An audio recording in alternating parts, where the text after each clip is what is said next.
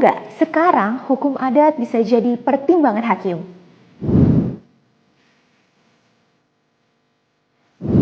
Pernah dengar istilah living law? Kedengarannya berat, tapi sebenarnya sederhana.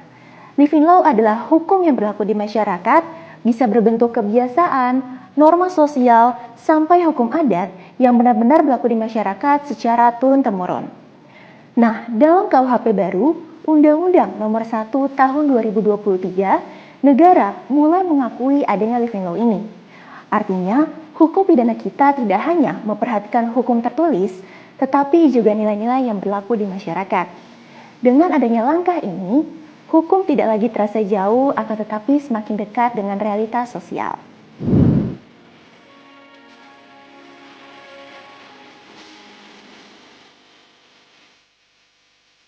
Tapi, gak semua kebiasaan dapat dijadikan dasar hukum. Living law hanya dapat menjadi pertimbangan hukum apabila masih benar-benar hidup di masyarakat, sejalan dengan Pancasila, tidak bertentangan dengan Undang-Undang Dasar 1945, menghormati hak asasi manusia, dan sejalan dengan prinsip hukum umum.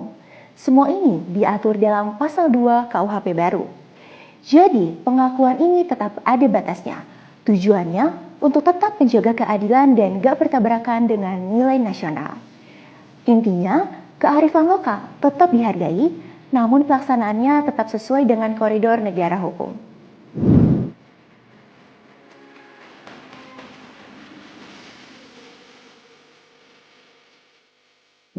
Contohnya bisa kita lihat di kehidupan masyarakat adat. Apabila terdapat konflik ringan antar warga, sering diselesaikan melalui musyawarah, perdamaian, atau sanksi adat. Dalam KUHP baru, penyelesaian masalah ini bisa menjadi pertimbangan hakim. Jadi, gak semua perkara berakhir dengan hukuman penjara. Pendekatan ini sejalan dengan restoratif justice, yang fokus terhadap pemulihan hubungan, bukan hanya sekedar menghukum.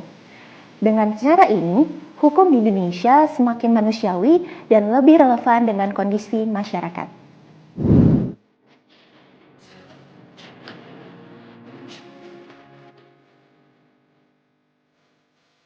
Dengan adanya pengakuan living law dalam KUHP baru, menunjukkan bahwa hukum di Indonesia dibangun berasal dari jati diri bangsa. Tujuannya sederhana, menghadirkan hukum yang lebih kontekstual, menghormati keberagaman budaya, dan mencegah adanya kriminalisasi yang berlebihan.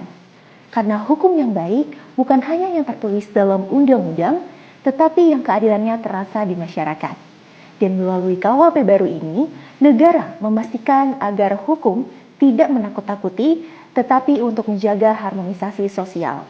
Dan karena pada akhirnya, hukum yang kuat adalah hukum yang hidup di tengah-tengah masyarakat. Tuliskan pendapatmu tentang living law dalam KUHP baru di kolom komentar. Jangan lupa like dan share ke teman-teman kalian. See you on the next video.